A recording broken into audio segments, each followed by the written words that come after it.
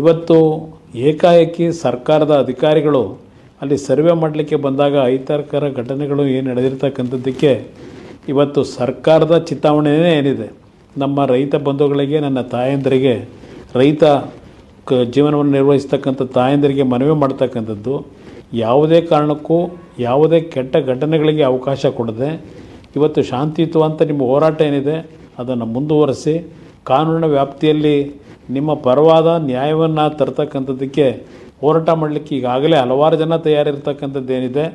ಆ ಹಿನ್ನೆಲೆಯಲ್ಲಿ ನಿಮ್ಮ ಹೋರಾಟದಲ್ಲಿ ಯಾವುದೇ ರೀತಿಯ ಸರ್ಕಾರದ ದೌರ್ಜನ್ಯ ದುರ್ಬಳಕೆಗೆ ನಿಮ್ಮ ಶಾಂತಿಯುತ ಹೋರಾಟಕ್ಕೆ ಯಾವುದೇ ರೀತಿಯ ವಿರೋಧ ಆಗಬಹುದು ಅಂತಕ್ಕಂಥದ್ದು ನಾನು ಹೇಳಲಿಕ್ಕೆ ಬಯಸ್ತೀನಿ.